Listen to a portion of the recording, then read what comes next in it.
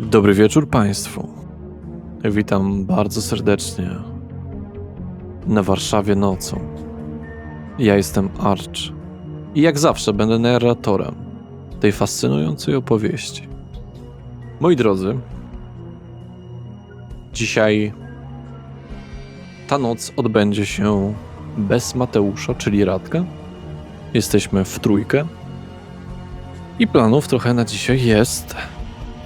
Zatem dzisiejszy rozdział będzie nosić nazwę Hemoreologia.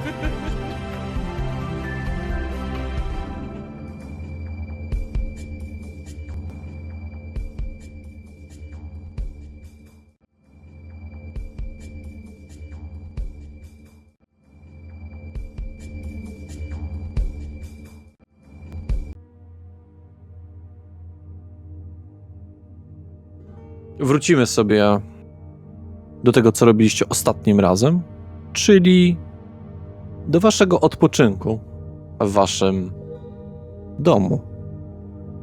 Będziecie się teraz kolejno budzić i zobaczymy, co się podzieje. Wendy, wykonaj test pobudzenia krwi. Tak jest. Wzrasta. Użyję jeszcze rumienia życia. Dobrze. Nie wzrasta. Wendy, wstajesz, jeszcze widząc lekkie promienie słońca gdzieś tam na horyzoncie.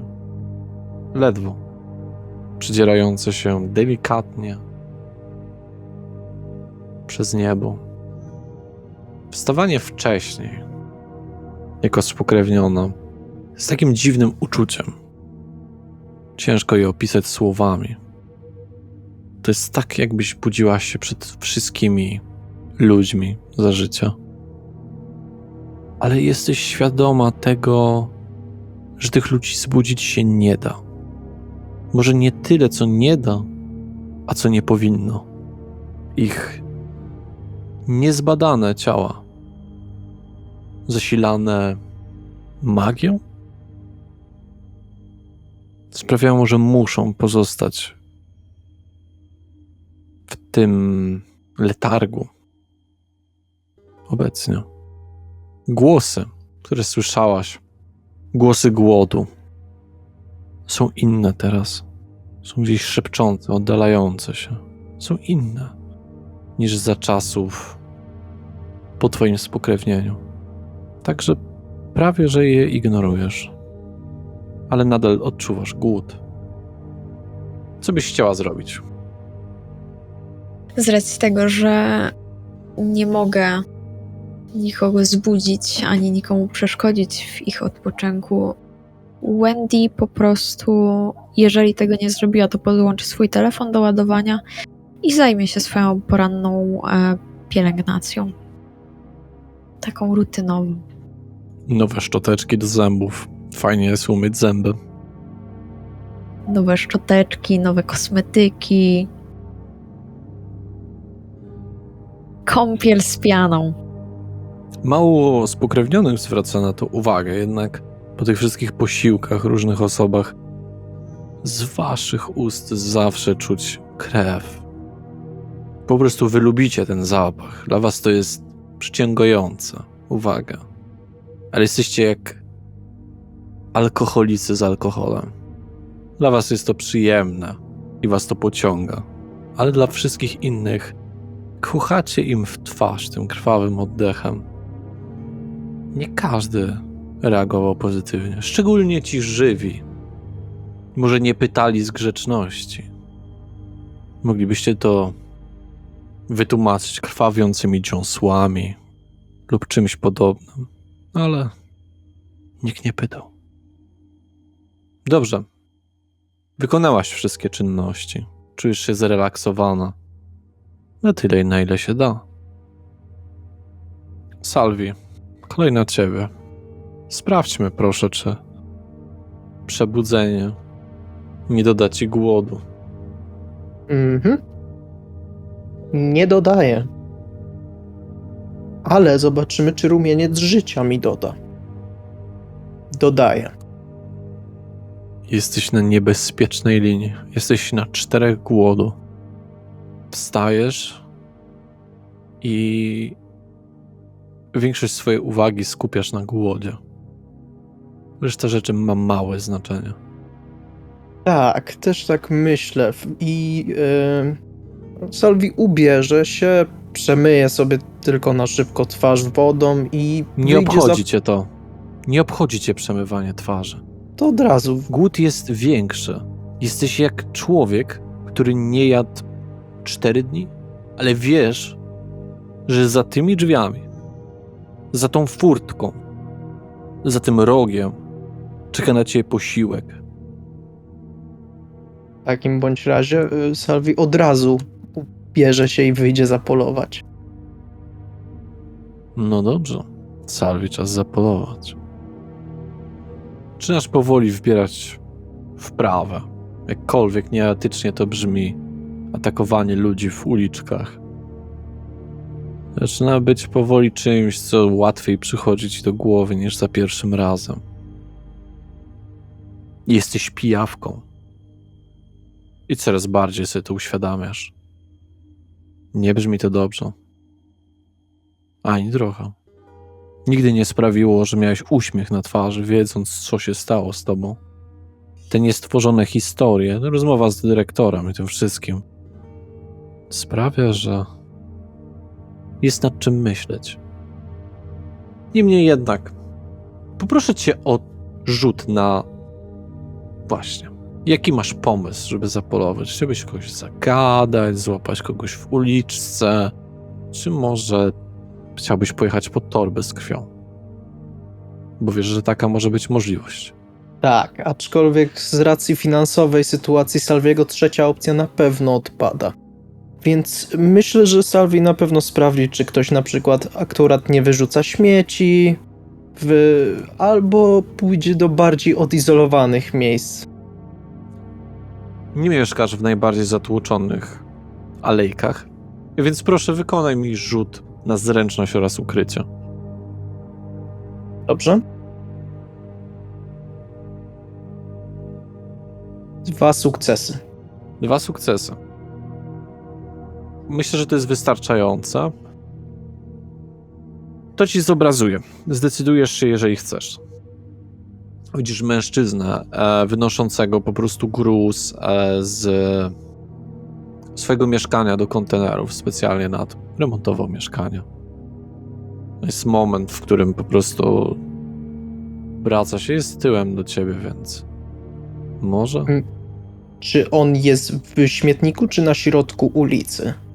Przed centralnie śmietnikiem jest wystawiony metalowy kontener na ten cały gruz i te rzeczy. Nie ma tu ludzi, nie ma tu kamer. W takim razie spróbuję wgryźć się w niego, kiedy odwrócił się do mnie plecami i podczas żerowania spróbuję delikatnie wciągnąć go bardziej do śmietnika. Aha. Wykonaj proszę rzut na zręczność i atletykę. Dobrze. To jest coś takiego, trzeba określić. 3 sukcesy. 3 sukcesy. Dobrze. Nie ma problemu z tym. Udaje ci się to. Mhm.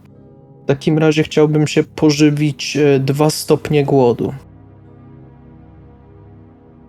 Pijesz 2 litry krwi. Ta krew jest dobra. Taka twarda. Nie jest to niestety twój typ żywienia. Zgadza się. Zalizuję oczywiście po dokonaniu tego czynu ranę. I kiedy jest już nieprzytomny, oszołomiony, sadzam go w tej klatce na śmietniki po prostu. Przychylam drzwi nie tak, żeby się zamknęły i wracam do siebie do domu. Dobrze. Co chcesz w domu zrobić? W domu pierwsze co chcę zrobić, to na pewno umyć się, bo ostatnie dni były wyczerpujące. Co prawda nie pocę się, ale to uczucie brudu nadal jest. Ale kurz, brud zbiera się na twojej skórze pomimo bycia nieśmiertelnym. Na to immunitetu nie masz. Mhm. No i po przemyciu się włosów w jakiejś porannej toalecie, czyli mycie zębów, dezodorant, etc., użyję telefonu i zadzwonię do Wendy, jeśli jest naładowany przez noc. Tak. Wydaje mi się, że wszyscy podłączyliście, szliście spać. Muszę zmienić w końcu dla ciebie ten dzwonek, jest strasznie śmieszny. Co tam? Dzwonek może dla mnie specjalny, bo okej, to zaszczyt, ale nieważne. Dla każdego mam specjalny. Później się spytam, jaki jest dla mnie, ale mam ważniejszą sprawę. No. Jako że jestem w tym wszystkim nowym, chciałem się spytać, czy znasz miejsce, gdzie mógłbym podszlifować swoje umiejętności związane z tym, co chcę robić? Wiesz, A co chcesz robić? no, chcę być magikiem. Nie wiem, jak inaczej to ująć. Wyciągnąć kapelusz z królika. Dobrze. Musiałabym wykonać parę telefonów i się popytać, bo jedna osoba wspominała mi o miejscu, o które może ci chodzić. Jeśli byłabyś w stanie, byłbym ci bardzo wdzięczny. Okej, dobra. To oddzwonię? Okej, jeszcze tak spytam, jakieś plany na dzisiaj? Bo w sumie oprócz poduczenia się, co chciałbym zrobić, ja nie mam. Mogę ci pomóc w czymś, jeśli coś masz zaplanowane. Się znajdzie. Coś się zawsze znajduje. Najpierw Nikita musi ruszyć swój tyłek z łóżka. Dalej nie wstał. Ale przecież już jest późno. Ale on wstaje jakieś 2 godziny po mnie. Okej, dziwne. No dobra, to jesteśmy w kontakcie, Wendy. Okej, oddzwonię. Dobra, na razie. Pa! I rozłączam się. Jest około godziny 18:20. Wendy, chcesz coś zrobić jeszcze przez te parę minut, czy... Zanim zacznę wykonywać moje telefony, myślę, że Wendy się przebierze. w co szczególnego? Domyślam się, że jest chłodniej na dworze. Dla was szczególnie. Dlatego ubierze długie czarne rurki, wiadomo, podkoszulek, jakiś sweter ciepły, w kolorze czarnym. To chyba tyle. Na razie. Na telefonie widać, że nie ma więcej niż 8 stopni. Więc Wendy ma nadzieję, że ciepły sweter jej wystarczy. No dobrze, Nikito, przebudzasz się również. Sprawdźmy twój głód. Idźmy. Wzrasta. Nikita! Dobrze, twój głód wzrósł. Regeneruje 1 punkt siły woli, prawda? Powierzchowny. Tak. Wy również, jeżeli macie cokolwiek. Czy chcesz użyć rumieńca? Tak. Miele w ustach posma, który mam. Bowiem taką grubą flegmę w ustach. Wychodzę. Wendy, Wendy, kupiłaś może szczoteczki do zębów? O, książę, tak kupiłam. Hej, dobra. Mam ci coś do pokazania. A ja mam ci coś do powiedzenia. Świetnie się składa. Chcesz iść najpierw umyć zęby? Tak, To idź. biorę jakąś nową szczoteczkę, otwieram ją, biorę jakąś też pastę do zębów. Później tak to też właśnie wezmę, przepukam sobie usta, takim, że nadać sobie zapach. I wychodzę. No, a powiedz mi, mocno mi śmierdziało? Nie wiem, staram ci się nie wąchać oddechu. To może być dowód na to, że było koszmarnie. Skoro unikałaś podświadomie. Może. Co masz mi do powiedzenia?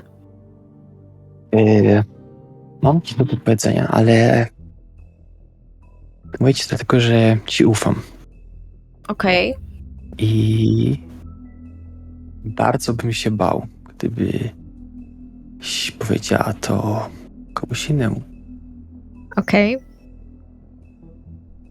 Na razie, jak byłem na tym wywiadzie, Aha. to skontaktowała się ze mną pewien spokrewniony. Wendy siada na kanapie, bo domyślam się, że jesteśmy w salonie w tym Mhm. momencie. W łazience jesteście. A on już wyszedł z łazienki. Wyszedłem jakby z łazienki. I Co za spokrewnione. przedstawił się jako głos. Okej. Głos radia. To jest spokrewnione z Camarilli. Co chciał od ciebie spokrewniony z Camarilli? Się nachyla do niej. Chciał do mnie współpracy. To znaczy? Nie wiem do końca. Nie skontaktowałem się z nim później, poza... Czekaj, to jest ten... Pamiętasz, jak byliśmy na tym całym spotkaniu, jak Lukrecjusz miał dostać się do Camarilli i ogólnie La Sombra? Pamiętam, no. Czy to przypadkiem nie wtedy w głośniku się ktoś tam odezwał do ciebie? Nie słuchałam za bardzo, rozmawiałam z panem Sobą, ale... Tak, no to nie była właśnie ona. Okej, a co od ciebie chciał? No i właśnie tutaj zaczynają się... No bo nie wiem do końca. Okej. Więc wiem, że twoja intuicja może być taka, że mogłabyś już coś wyczuć, czy coś, co uznałem, że to było bez sensu ukrywać przed tobą cokolwiek. Nie miałam pojęcia. No cóż, Ale nigdy nie wiesz. Nie znasz dnia ani godziny, Nikita. Nikita tak się uśmiecha niezręcznie. Wendy odwzajemnia uśmiech. Wygląda, jakby była w dobrym humorze. Mamy jakieś radio w domu? Nie wiem w sumie. Raczej... Mogę ci puścić z laptopa, jak chcesz. Co najwyżej. Dzięki, nie. No ale to było to, co chciałem powiedzieć. Okej, ale to bardzo mało szczegółów tego wszystkiego. Wygląda to dziwnie. Spokrewniony z Camarilli się chciał z tą skontaktować? No tak, nie wiem, możliwe, że zwróciłem jego uwagę tym, że występowałem w tym całym TVN-ie. Uznał Okej. może mnie za wartościowego podwładnego, coś w tym stylu. Ale zgodziłeś się na tą współpracę, czy... Nic nie zrobiłem dla niego do tego czasu. Okej. A masz jakieś, nie wiem, konkretne zadanie? Nie, właśnie nie. Cały czas się z nim nie skontaktowałem. Okej. Doceniam to, że mówisz. Czym coś zjeść właściwie? Ja też. Tylko i Salvi się chce z nami skontaktować, ale najpierw muszę wykonać przedtem jeden telefon. Bo obiecałam, że do niego oddzwonię. Proszę. Chodzę. Idę do szklarni, by się rozejrzeć. A Wendy się rozkłada na kanapie i dzwoni do Mikołaja. Mikołaj odbiera. Cześć, Wendy. Cześć Miki, dobrze cię słyszeć. Ciebie też. Co za sprawa dzisiaj? Przepraszam, że znowu dzwonię do ciebie w jakiejś sprawie. Chciałabym zadzwonić, żeby po prostu pogadać. Ale mój znajomy chciałby odwiedzić dom Ipsy Dipsy. Ipsy Dipsy? Ipsy Dipsy. A, do nas. Jasne. A w jakim celu? Będzie mi łatwiej skontaktować się. Mówił, że chce się czegoś nauczyć w dziedzinie magii. Magii krwi pewnie. Nie, magii. Okej. No dobra. Mogę was zapowiedzieć. Okej, potrzebujemy jakiejś, nie wiem, przepustki? Musisz tam jechać z nami, czy cokolwiek? Czy damy radę wejść sami? Nie, myślę, że dacie radę sami. Są bardzo luźni, więc... Okej. To oni mają swoją placówkę ALAB, laboratoria. ALAB. Niedaleko Szpitala Praskiego. Okej, chyba znalazłam. Nie będę ci zajmować w takim razie dłużej czasu. Dzięki za informację. I obiecuję, następnym razem zadzwonię po prostu. Nie, Wendy, spokojnie. Rozumiem, jak jest. Zło nigdy nie śpi i... Wiem, że pewnie macie coś ważnego do roboty. Jak zawsze ratuję dzień. Teraz trwają prace remontowe w klubie i pewnie lada moment będzie otwarty. Wiesz może, gdzie jest ten klub? Pewnie, że tak. Fantastycznie, chciałam tam zagrać na otwarcie, ale nie pamiętam adresu. A Nikita chciał zostać tym, a Parę osób się tym zajęło i Amadeusz nam pomógł ogarnąć lokal i teraz przejęliśmy go. okej, to brzmi dobrze. Myślisz, że mogłabym tam zagrać? Zebrałam parę osób, Jasne, czemu nie? wygląda to całkiem nieźle. Nikita coś gadał, że chciał być tam menadżerem i Mateusz chciał tam robić drinki dla spokrewnionych. Menadżerem? Raczej wątpię, Amadeusz się raczej tym zajmie. Albo ktoś... Albo Peter. No, cóż, przykro słyszeć dla Nikity. No, wiesz, tutaj dużo się zawsze dzieje. Nie no, wiem. Pewnie sam masz sporo na głowie. Nie tak strasznie. A jak laptop służy? Służę, dzięki bardzo, naprawdę jeszcze raz. Mam nadzieję, że będę mógł ci się kiedyś odwdzięczyć. Odwdzięczysz mi się, jak się w końcu wyniesiesz z tamtego mieszkania. Ile można? No, cóż. Pomyślę nad tym. Tym też mogę ci pomóc, jeśli chcesz. Nie, już wystarczająco dużo dla mnie zrobiłaś. Daj spokój. No ja czuję, że nie mam jak ci się odpłacić. Naprawdę dziękuję, Wendy. Nie ma za co. To jak, masz adres tego klubu? Wiesz, zapodziałem gdzieś w notatkach. Zawsze masz ich dużo. No, właśnie wiem. Ale znajdę I przypomnij mi się z tym, dobra? Nie ma problemu. Dziękuję za pomoc. Spoko. Trzymaj się. No cześć, cześć. I teraz dzwonię do Salviego.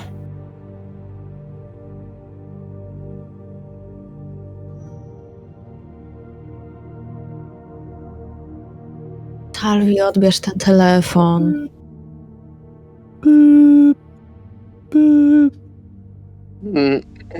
No, halo? Mam dla ciebie miejsce. O, to szybko poszło. Szybka sprawa, no. Jest właściwie koło niedaleko Szpitala Praskiego. ALAB Laboratoria. ALAB to jest jak skrót, że wszystko z wielkich liter, czy to jest nazwa własna? Nie wiem. Okej, wpiszę w Google, może coś znajdzie. Ale to jak? Nie wiem, wejść i powiedzieć, hej, jestem specjalny, mogę wejść? Mikołaj nas zapowie. Dostajesz informacje na temat klubu? już z nazwą wybraną, musi już pewnie się zdecydować na to. Kotłownia na Mińskiej 25. Ach, straszna nazwa. Kotłownia. Jaka kotłownia? O co chodzi? Kotłownia. To nasz nowy klub, tak a propos. A, ten, w którym mówiłeś, że chciałabyś koncert zagrać, tak? Tak, będą się niedługo otwierać, więc niedługo powinniśmy się tym zająć. Znalazłam nam wokalistkę, może jeszcze czekam na odpowiedź, zobaczymy. Ale muszę cię sprawdzić, zanim ze mną zagrasz. No dobra, jak będę miał dzisiaj czas po wizycie w laboratorium, no to możemy coś porobić. Dodatkowo wyzywam cię na pojedynek. To też jest jakaś wasza dziwna, nie wiem, tradycja, czy... Pojedynek w Guitar Hero. A, kojarzę. Ale to co... Jak pamiętam, to nie miałeś żadnej konsoli w domu. Kupię, to nieważne. Okej, no dobra, ale to... Dobra, to... Chwila, nas zapowie? W sensie, ty chcesz tam ze mną iść? Jakby umiem sobie poradzić. Chyba muszę, nie wiem, możesz tam iść sam, jak chcesz, ale Mogę sobie sam poradzić, jeśli masz coś lepszego do roboty, to cię nie będę zabierał czasu. nie mam na razie. To nie wiem, jak chcesz poobserwować, też się pouczyć, to zapraszam. Właściwie jestem w trakcie nauki czegoś, może się tam wybiorę. To dobrze, to może umówmy się, o której godzinie. Już? Bo jesteśmy z Nikitą głodni. No ja już coś wpałaszowałem, więc mogę już jechać. Tylko, że za ile wy będziecie? Mi to tam zajmie, nie wiem, pół godziny drogi? Poczekaj, bo muszę sprawdzić, czy muszę wynająć taksówkę, czy może jakimś pięknym trafem Mateusz zostawił gdzieś swoje kluczyki. Zawsze mogę pod was podjechać, tylko że to trochę nie po drodze. Wiem, że nie po drodze, dlatego poradzimy sobie sami. Dobra, to po prostu pojadę i będę na was czekał pod laboratorium. Okej? Dobra, to widzimy się niedługo. Na razie. Hej! I rozłączam się. Ubieram swoje ciepłe rzeczy, czyli taką bluzę szorstką, ale gładką, jakby nie ma żadnego wzoru na sobie, skórzaną kurtkę i zakładając glany zauważam, że nie mam w nich sznurówek. I myślę sobie, kto mógł to zrobić? A zarazem też myślę sobie, czy mam zapasowe sznurówki jakieś w domu. I zaczynam szukać w szafkach. No i nie mam. A rzuć sobie, proszę. Dobrze, a na co byłby to rzut? Ale myślę, że na spostrzegawczość i inteligencję. Dobra. To będą 3 sukcesy. Znalazłeś jeszcze 2 zapasowe szpule, więc starczy. Dzięki Bogu. W ogóle, jak to się stało, że... nieważne. Ważne, że są zapasowe. No to zajmuje mi to pewnie kolejne z 10 minut, ale nakładam sznurówki na glany i ubieram twoje ciepłe buty, że tak powiem. No i już tak przygotowany, zabieram ze sobą telefon, portfel, ładowarkę. Oczywiście w portfelu są dokumenty. Czy coś jeszcze? Nie, to wszystko będzie. No i kluczyki oczywiście do samochodu, które będą mi potrzebne. A, i jeszcze multitoola. Gdzieś tam mam w kieszeni po prostu. Bocznej. Bo warto wspomnieć, że Salvi jak ubiera spodnie, to zawsze nosi takie cargo, tylko że joggery długie. Że zawsze ma boczne kieszenie gdzieś. Mhm. Jasne. No i pójdę do samochodu i będę jechał do Alabu. Laboratoriów. Czyli wszyscy macie się spotkać w Alabie. Tak. Alab znajduje się na ulicy,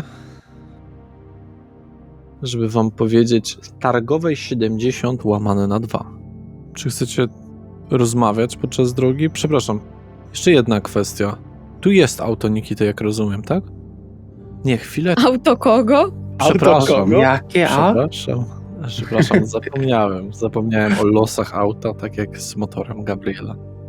No dobrze, czyli wybierzecie jakąś taksówkę, prawda? Albo taksówkę, albo kradniemy samochód Mateusza. Ale motor Gabriela cały czas jest w jego... Garażu. W garażu, nie? Są 2 motory w garażu. Nie mam prawa jazdy ani na jedno, ani na drugie. No to co, bierzecie Mateusza auto? Jesteście pewni? Tak, Najwyżej rozwalimy. no, szkoda by było. Kto prowadzi? Ja. Ja. Ja. No, dobrze. Wendy, jakby ja poprowadzę samochód. Czemu idziesz, Nikita. siadasz w tym kierunku? Nikita, rzuć na motoryzację i zręczność. To czemu nikt mi nie da wjechać w rów? Motoryzacja i zręczność. Dobra. To są było 3 sukcesy. 3 sukcesy, dobrze, bardzo dobrze. Tak wyjechałeś, słuchaj, trochę zarzuciło, ale w sumie wiesz, tak dobrze zarzuciło. Nie na zasadzie, że jakoś niebezpieczeństwo, tylko tak, no nie jesteś przyzwyczajony do tego auta, to wiadomo.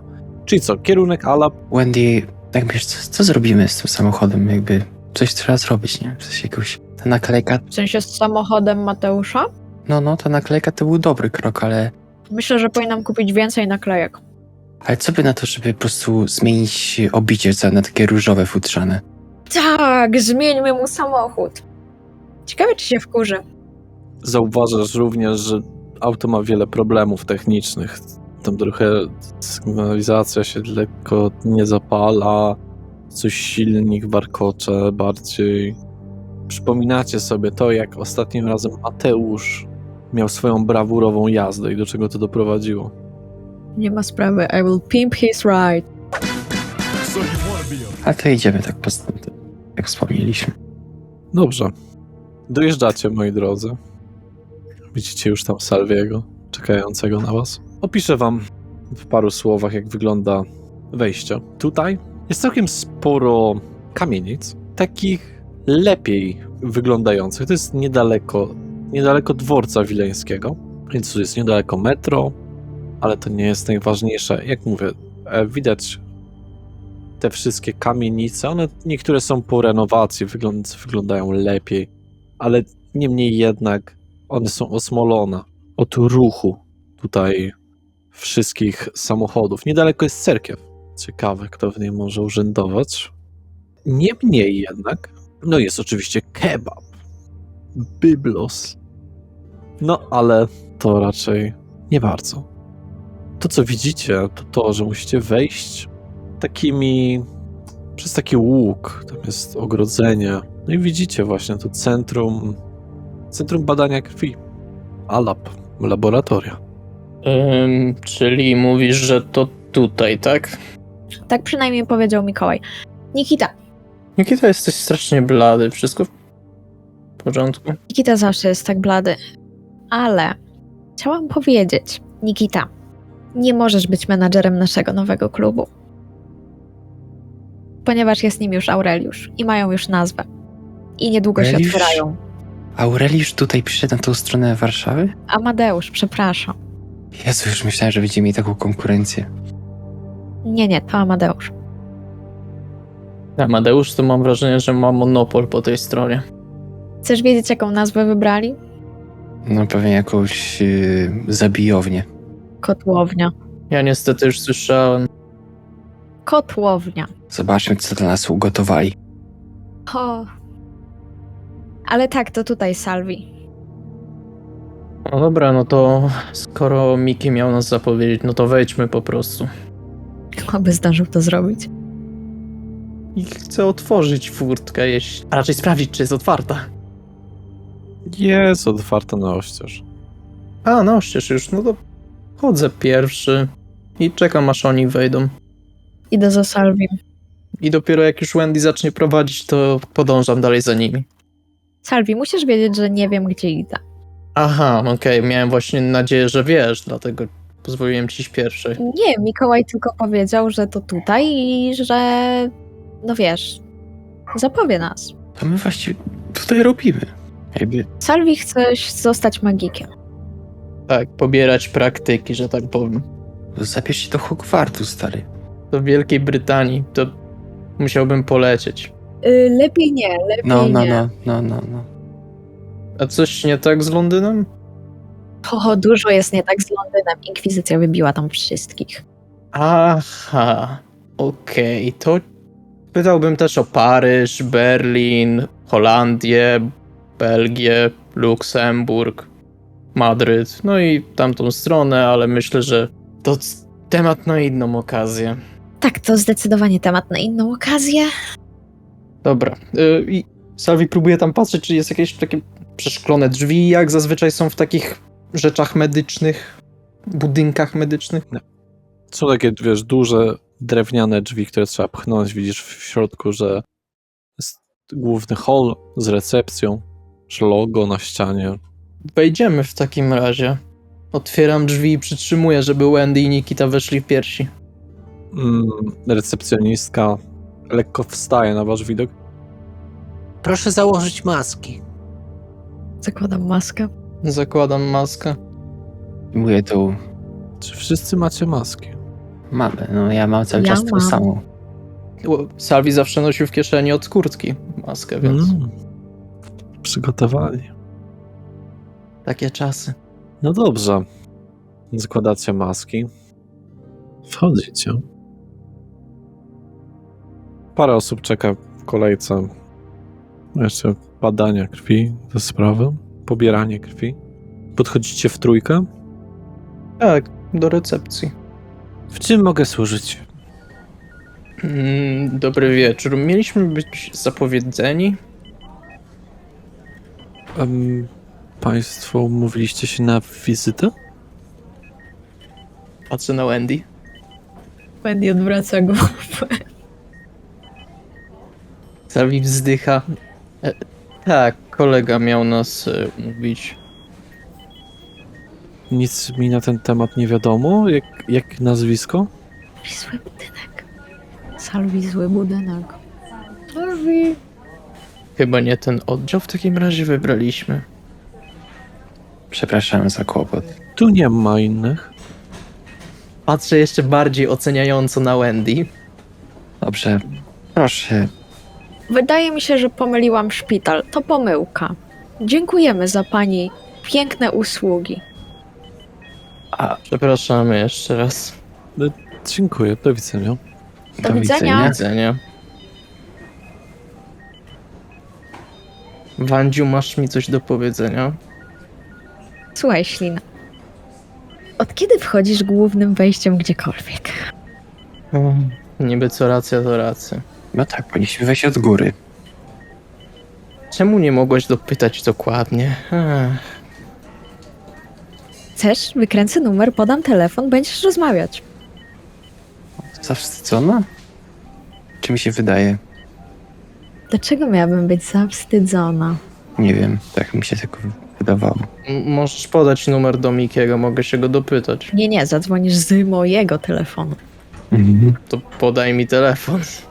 Podaję mu telefon.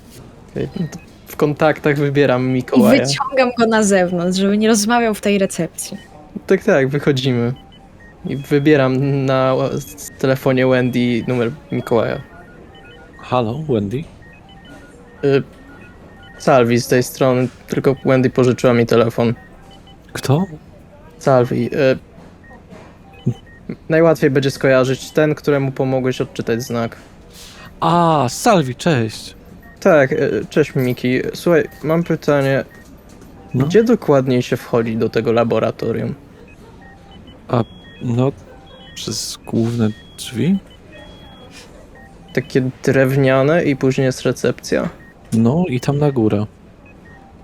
Aha, nie, bo Zapowiedziałem was. pani w recepcji mówiła, że nic nie kojarzy. Czy mamy po prostu jakby przejść koło recepcji, czy... No nie wiem, mnie tam znają, to nie wiem jaką formułę trzeba powiedzieć. Okej, to może powiedz, jakiego numeru sali szukamy, czy coś takiego?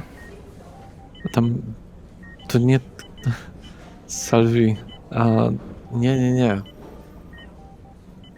Po prostu powiedzcie, że jesteście, że chcecie się skontaktować z domem Ipsissimus.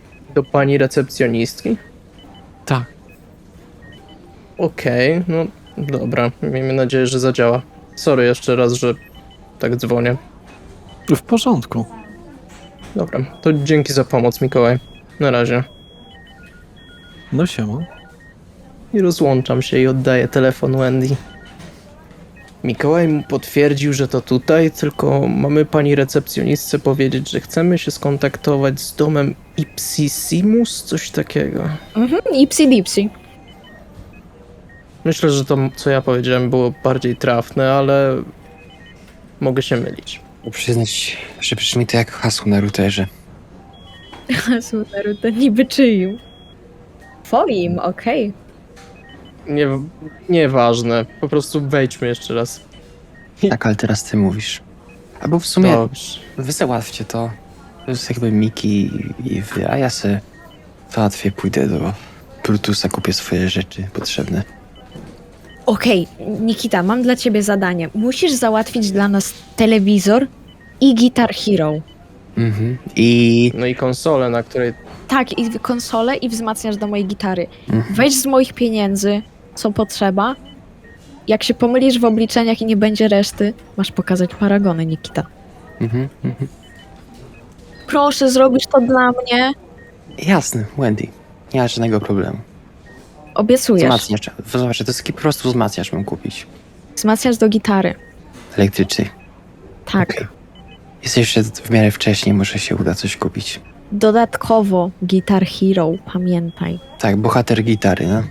Tylko to najnowsze, jakby się dało. To najnowsze Mhm. i konsole i telewizor.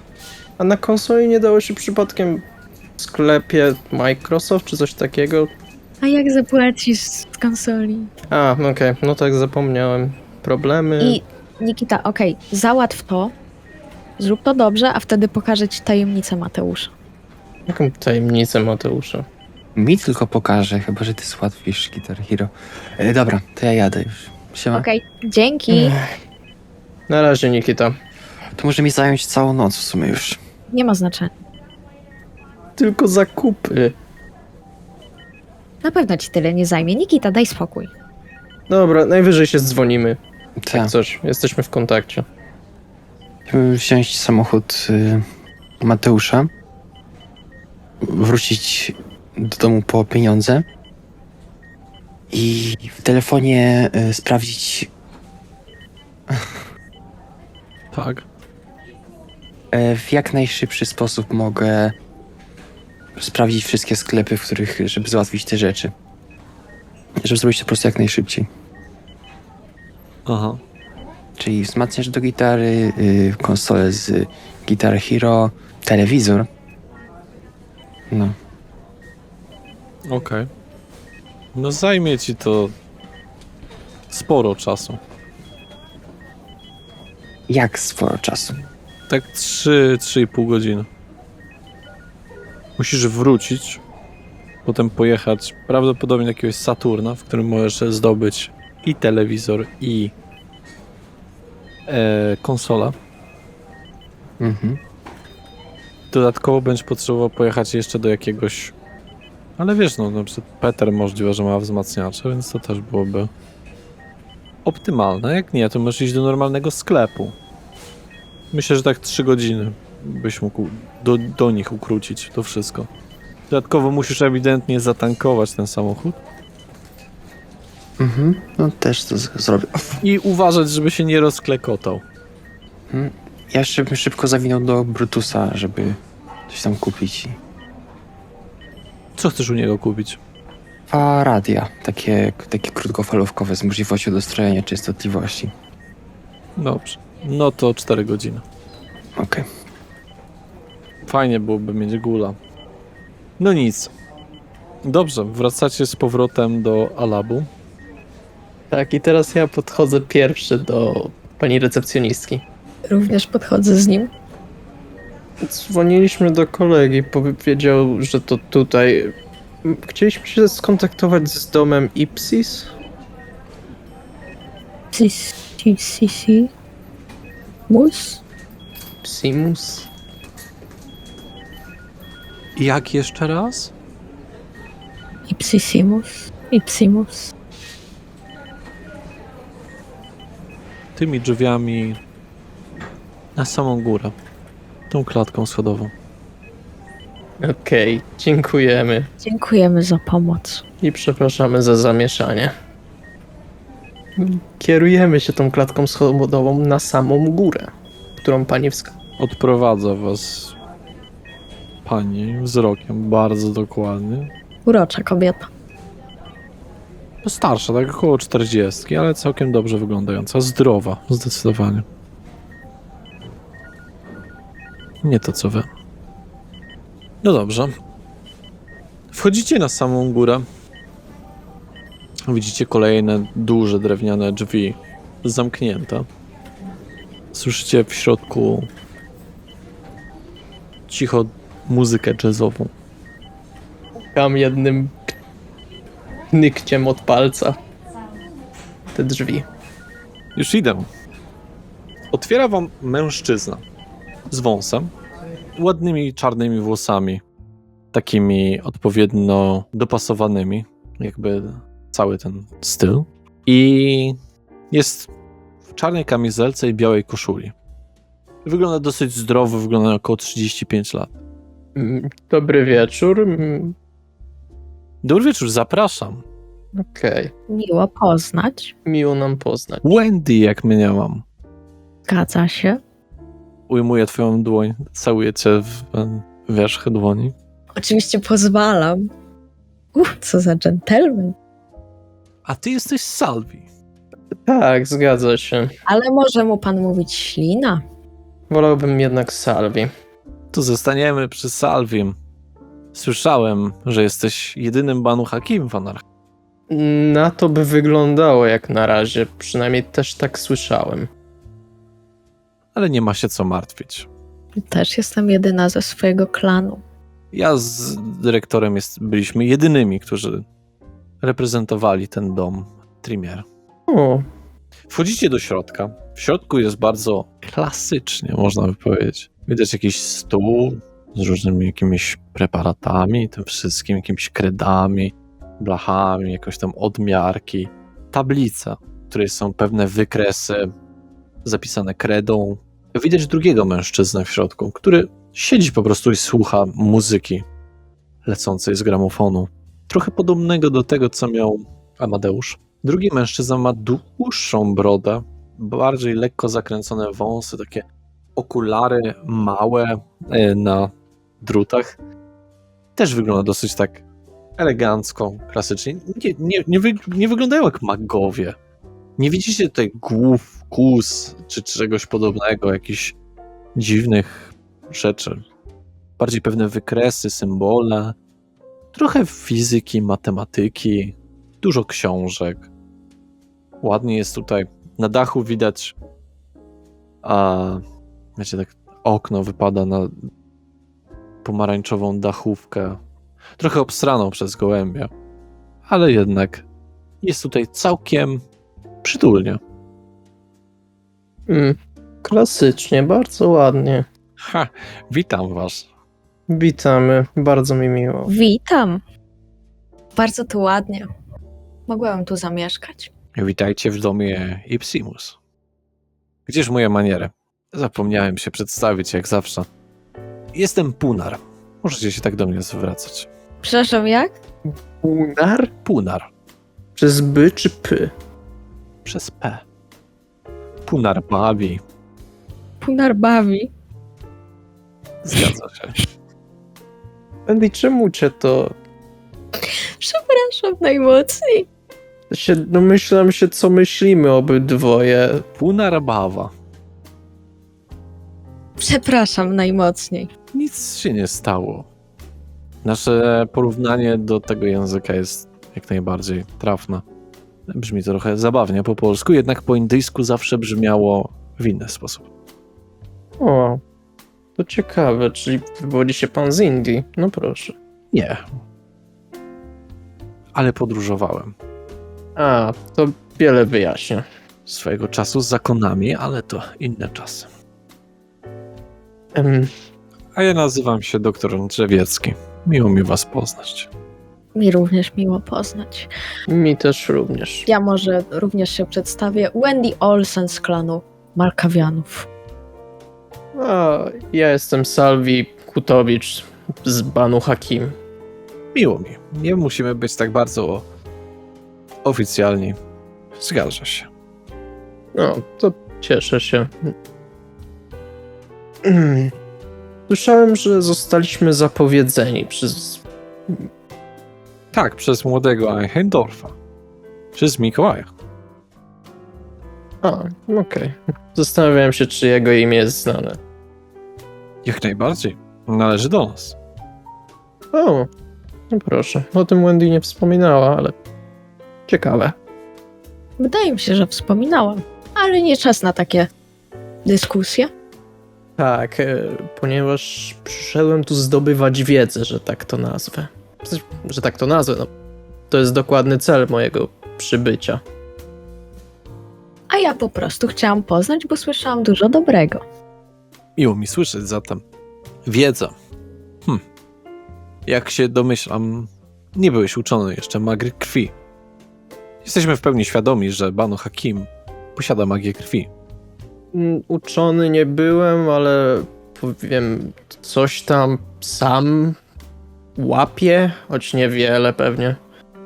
Hemoreologia magii jest sztuką wymagającą czasu, cierpliwości i materiałów. Nie tak jak większość dyscyplin, które potrafimy uzyskać poprzez zwykłe użycie woli. Jest bardziej namacalne tworzenie chociażby rytuałów. Rytuałów. Zgadza Brzmi- się. Niektóre z naszych zdolności wymagają poświęcenia trochę czasu. Ja i mój kolega jesteśmy osobami, które zawsze się szkoliły w różnych dziedzinach. Okultystyki i chociażby samej krwi. Nauki o niej. Każda krew skrywa w sobie pewne ciekawe rzeczy. Ja po słowie okultystyki tak porozumiewawczo spoglądam na Wendy. Po czym szybko wracam wzrokiem na mężczyznę, który mówił w tym momencie.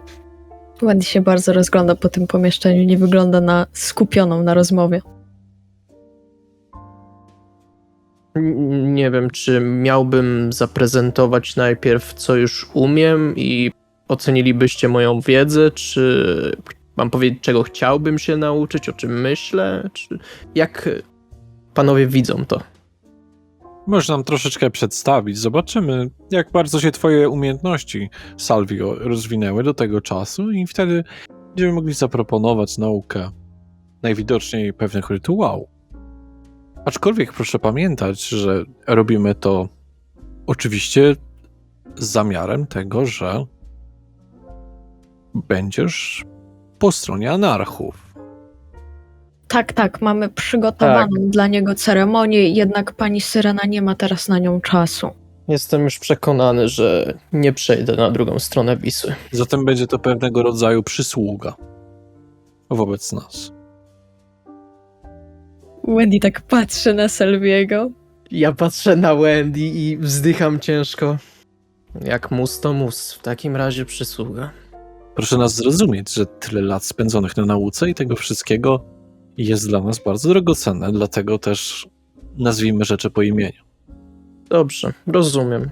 Na razie jesteś w sytuacji, w której rzekomo nie należysz w 100% do anarchów, zatem sam rozumiesz. Rozumiem, nie mam w żadnym wypadku jakiejś złości na to. Salwie, zatem mamy w zasobach paczki z krwią. Mam nadzieję, że nie zabrania ci nic konsumować ich Nie. w razie wyjątku. Zatem będziesz mógł zaprezentować swoje zdolności. Jakoś dużo ich nie posiadam, ale spróbujmy. Jeżeli uważasz, że nie chcesz ich prezentować, możesz opisać, co potrafisz. Jednej na pewno nie chcę prezentować, ale dwie pozostałe mogę. Tą jedną, której nie chcę zaprezentować, w takim razie opiszę.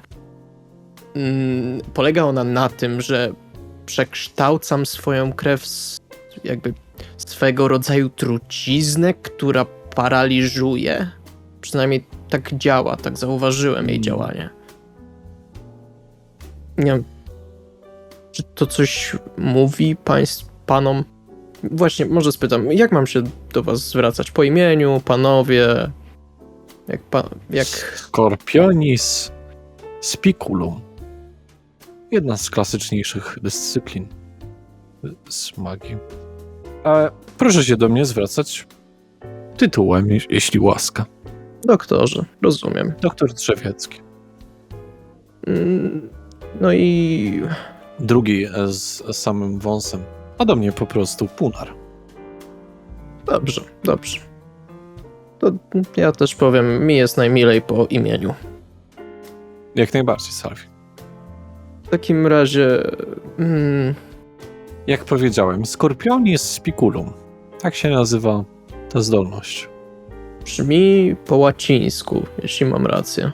Jak najbardziej. Jad skorpiona. Okej, czyli taką tu ma nazwę. Brzmi adekwatnie. W sumie może lepiej opiszę, bo mam wrażenie, że większość z tych umiejętności jest dosyć nie na miejscu. Doktor wstaje, podchodzi do tablicy, ściera.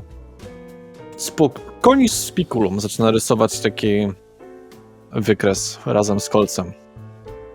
Jak mogłeś się domyślić, przeciera, kredą, sprawia to, że twoje vitae, czyli twoja krew, zamienia się w żrący kwas, zdolny roztapywać tylko i wyłącznie nieożywioną materią, czyli pewnego rodzaju kamienia. Mówisz korozyjne vitae. Kurwa. Pomyliło mi się. To się wytnie. Panie, to pójdzie w chuj. Paraliż skorpiona. Jest to dyscyplina pozwalająca na sparaliżowanie, jak sama nazwa wskazuje, jednostek żyjących, ale również i spokrewnionych w nagłych przypadkach. Nie doznają oni dotkliwych uszkodzeń na zdrowiu, natomiast są otumanieni, nadal mogą mówić i będą próbowali odeprzeć tą truciznę. Na śmiertelników działa znacznie mocniej. Ich organizmy nie są w stanie przeżyć tak silnej dawki. Skali trucizn plasowałyby się ekstremalnie wysoko. Z tego co wiadomo, ludzie nie odczuwają przez to bólu jako bólu, a bardziej odrętwienie kompletnie we wszystkich kończynach, uszkadzając całkowicie układ nerwowy. Natomiast nie trwało. Chociaż zdarzają się przypadki, kiedy taki kolec jest w stanie uszkodzić śmiertelnika na stałe. Więc trzeba zachować niesamowitą ostrożność. Wendy robi takie wielkie oczy, jak on o tym mówi. Dobrze o tym pamiętać i dowiedzieć się tego w takim razie. Jeszcze zanim wydarzyłaby się ewentualność użycia takowego na człowieku. To może powiem co dalej. Mam jeszcze możliwość, pan nazwał to vitae, czyli mojej krwi, przekształcenia w żrącą substancję. Przynajmniej zauważyłem, że przeżarła się przez metalową kłódkę, więc dosyć żrącą. Jak najbardziej korozujące vitae jest w stanie wszystkie nieożywione materiały roztapiać. Jest troszeczkę przeciwieństwem paraliżu skorpiona, który wpływa tylko i wyłącznie na organizmy ożywione, jak i spokrewnionych. Tylko jeden by sobie zadał pytanie, czy jesteśmy właściwie żywi. Czyli może to zadziałać na nas, czy raczej nie? Wszystkie badania dotąd pokazujące wykorzystanie tej dyscypliny ukazują, że nie działa na spokrewnionych. Co wydaje mi się dosyć dobre, ponieważ wielu Trimier młodych potrafiło używać tej zdolności do różnych celów.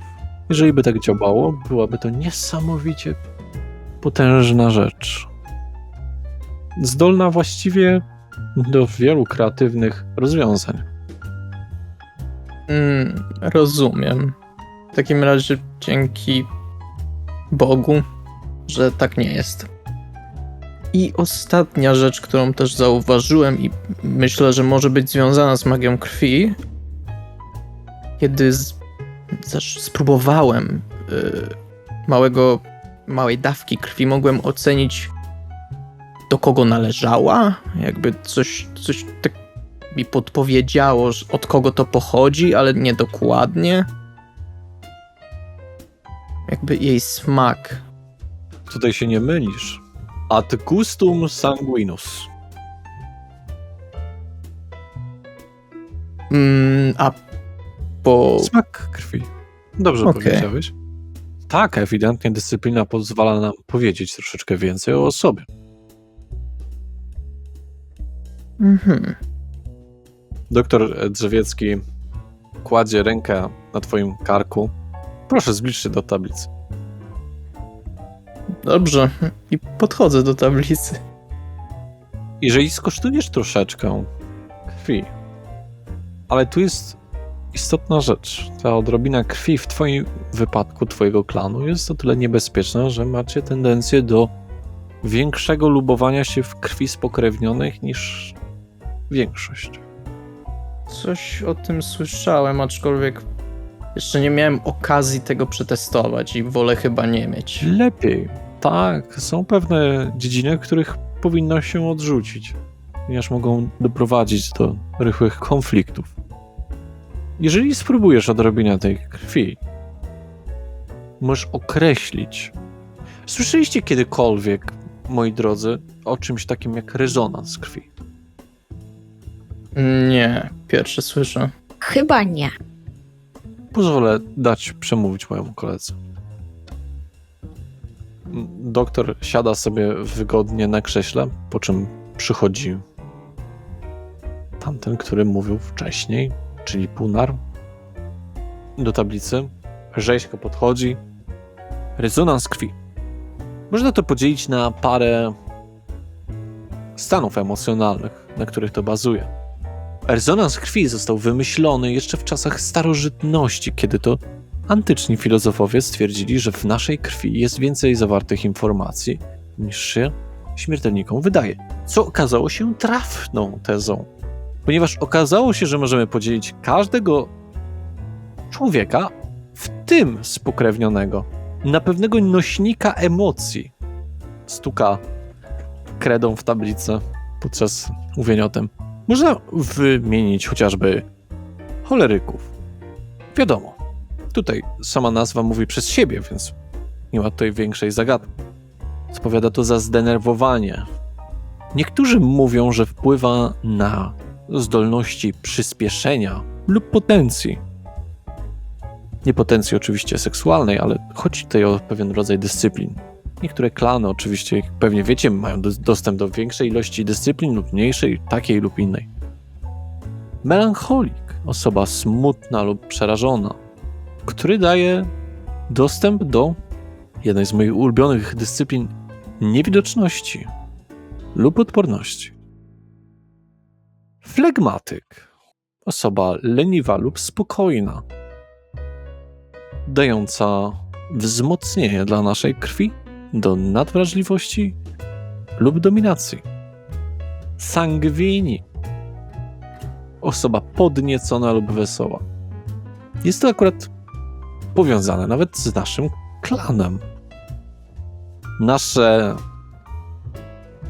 quietus potrafi zostać zwiększona, jak i prezencja, jeżeli ktoś słyszał o takiej dyscyplinie. Ujetus? Do jakiej? Inna nazwa na magię krwi. Aha, okej, przepraszam. Kiedyś nazywano również dramaturgią do pewnych czasów. Każdy ma swoje określenia. Są oczywiście martwi i worki z krwią, które nie posiadają własnego rezonansu, jeżeli są oddzielone od nośnika. To, co udało nam się wystosować po tych wszystkich latach, około 15 minut, cała krew przetransfuzowana do pojemnika, nieważne jakiej formy, traci swoje własności emocjonalne i potrafi wzmacniać nicość. Krew zwierząt też niestety wpada w tą kategorię. Krew zwierząt potrafi zwiększyć animalizm. Taka domena gangrelów. Może kiedyś poznaliście. Lub transformację. I tak oto wszyscy widzicie, można wymienić w punktach. Każdy z nas potrafi nosić tą dawkę emocji, która o dziwo na nas spokrewnionych wpływa bardziej niż na ludzi. To ciekawe. Czyli powinnam szukać melancholików i flegmatyków. A ja osób szczęśliwych, które dobrze się bawią. Ciekawe. Co prawda muszę przyznać, że jedną z starych metod i metod, które są mało etyczne, jednakże kiedyś bywały konieczne na pewne sytuacje, jest fakt, że oczywiście u każdego można wywołać jakieś emocje. Aha. To jest częstsze. Co robimy my jako spokrewnieni? Wywołujemy u śmiertelników emocje, żeby uzyskać odpowiedni rezonans. Ja mam pytanie, jeśli mogę. Proszę bardzo, Wendy. Czy taki rezonans krwi mogą przenosić tylko śmiertelnicy? Spokrewnieni są słabym nośnikiem rezonansu krwi. Aczkolwiek powinni.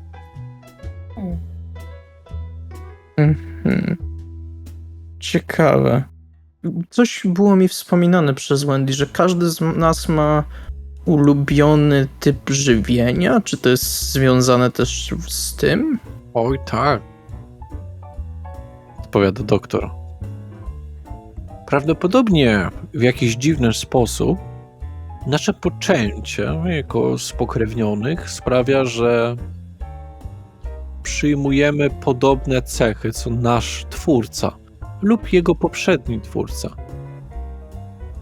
Nie ma stałego źródła informacji na temat tego pożywiania się. Oczywiście każdy z nas ma pewne preferencje. Niektórzy mają znacznie silniejsze, a niektórzy słabsze. Rozumiem, ale w takim razie też nachodzi mnie pytanie, czy stwórca jakoś bardziej nas definiuje, czy tylko to? Odwraca się do was. Właściwie bierze kredę. Jesteśmy z doktorem pewni po naszych badaniach, że przejmujemy cechy pierwszego z naszego klanu. Najbardziej ze wszystkich. A im wyższa generacja krwi, tym bardziej jest duże odstępstwo od oryginalnego twórcy. Cechy pana Malkawa. W końcu klany powstały od pierwszych spokrewnionych z klanu, więc to ma jakiś sens. Ale wspomnieliście jeszcze coś o rytuałach Punarze. Brzmi to, że tak powiem, trochę strasznie, ale chciałbym się dowiedzieć, o co chodzi. Jak najbardziej masz do tego predyspozycję, żeby się ich nauczyć. O, Rytuały pozwalają nam na wiele. Zależy, jakie cię interesują. Jeżeli potrafisz korzystać chociażby z dotyku skorpiona, oznacza to, że będziesz w stanie już coś zrobić. Oznacza to, jak my to mówimy, że twoja umiejętność manipulacji krwi jest na stopniu wyższym. To znaczy, że szybko się rozwijam w takim razie, skoro taki nowy. Proszę, Salvi. Jesteś uzdolniony. Pewne zdolności wymagają ćwiczenia, ale nie każdy jest w stanie to osiągnąć. Ale otwiera ci to dostęp definitywnie z naszych badań przeprowadzonych do wielu rytuałów. Okej. Czy byłbym w stanie jakby... Głupie pytanie, powiedzmy, ale czy jest jakaś lista rytuałów, do czego one służą, czy coś takiego? Nasze dane na ten temat trzymamy raczej, pokazuje doktor Drzewiecki, w głowach. Rozumiem, tam gdzie bezpiecznie. Zgadza się. Nieraz były sytuacje, a jesteśmy akurat na obrzeżach pewnego... Dzieje się tutaj ostatnio wiele nieprzyjemnych rzeczy. W dawnych czasach również tak było, dlatego też z moim przyjacielem jesteśmy bardziej za zatrzymaniem tego w pamięci. Nasza pamięć nie robi się gorsza z wiekiem, co jest bardzo przyjemne. Pamiętanie o wszystkim, co się dzieje. Może dlatego tak bardzo spokrewnioni nie są w stanie sobie wybaczać momentami. Tak, właśnie miałem powiedzieć, że pamięć to i klątwa, i błogosławieństwo z jednej strony. Mógłbyś się nauczyć chodzić przez ogień. Nawet. Właśnie tak trochę brzmi to kontrintuitywnie, bo zauważyłem przynajmniej ja, choć nie miałem nigdy tego lęku, ale teraz strasznie odpycha mnie ogień. Nie wiem, czy to jest normalne u nas, czy Tak, tylko tak. u mnie. Jak najbardziej. Powiem tak. Interesowałoby mnie coś, co może mi pomóc w moim, mam nadzieję, przyszłym zawodzie. To znaczy, Tak, jako że słyszałem, że jestem jedynym Banu Hakim i w sumie nadaje się do tego, dostałem dosłownie do tego stworzony, przynajmniej nasz klan, myślałem nad, jeśli byłoby to oczywiście możliwe, zostaniem szeryfem anarchów. spojrzeli po sobie. Szeryfem powiadasz. To dosyć niecodzienne, Rozumiem. ale możemy pomóc, jeżeli to jest w dobrej wierze. Tego, co słyszałem, taki miał być szeryf, miał pilnować prawa. Dla dobra większości. I na tym momencie zrobimy sobie cięcie. Wrócimy do was na drugą część. See ya.